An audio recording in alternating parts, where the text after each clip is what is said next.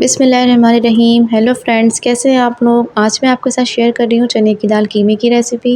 ये बहुत ज़ायकेदार बनता है, तो टाइम ज़ाया किए बगैर इसे बनाना शुरू करते हैं। जल्दी से मेरे चैनल को सब्सक्राइब कर लें। मेरी वीडियोस अच्छी लगें थम्स अप दें।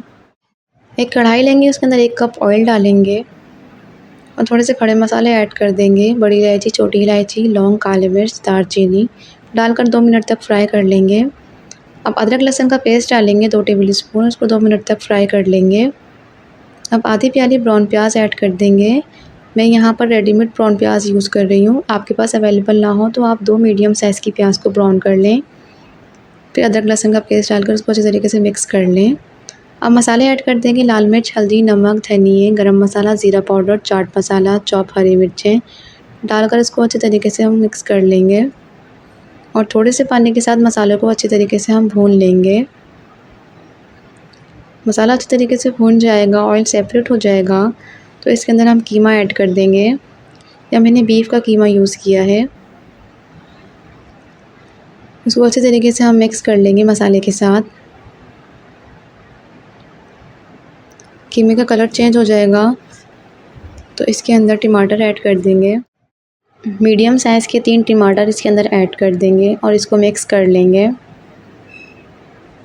अब 1 कप पानी ऐड कर देंगे और इसको अच्छे तरीके से हम मिक्स कर लेंगे और 15 मिनट के लिए इसको कवर कर देंगे ताकि हमारे टमाटर सॉफ़्ट हो जाएं। अब टमाटर सॉफ़्ट हो गए हैं, उसकी स्किन रिमूव कर देंगे।